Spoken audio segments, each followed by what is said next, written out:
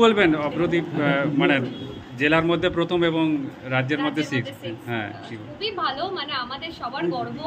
আমার মনে হয় শুধু আমার বিধানসভা বা এই ওয়ার্ড নয়, আমাদের রাজ্যের গর্ব যে রাজ্যের মধ্যে 6th র্যাঙ্ক করেছে এবং গোটা সাউথ 24 পরগনা জেলাতেও ফার্স্ট হয়েছে। তো এটা ভীষণই মানে আমাদের সবার কাছে আনন্দের, আর ডেফিনেটলি ওর পরিবারের কাছে তো আজকে একটা বিশেষ দিন। এটাই বলবো যে ওর আগামী জীবন খুব সুন্দর হয়ে উঠুক, খুব ভালো হোক। ওর মনের যা যা ইচ্ছে আছে, ওর তো একটা ফিউচার প্ল্যানিং আছে, সেই সমস্তটা যেন ওর ঠিকভাবে হয়। ওর সব মনের ইচ্ছে যেন পূরণ হয়। এবং এত স্টুডিয়াস, এত ভালো, মানে আমি শুনলাম ও গান গাইলো এত সুন্দর। তার সাথে আমাদের এলাকায়ও বিভিন্ন প্রোগ্রামে গান গায়, মানে অনেক প্রতিভা আছে, অনেক গুণ আছে। তার সাথে এত ভালো পড়াশুনোয় এবং এত ভালো রেজাল্ট করেছে।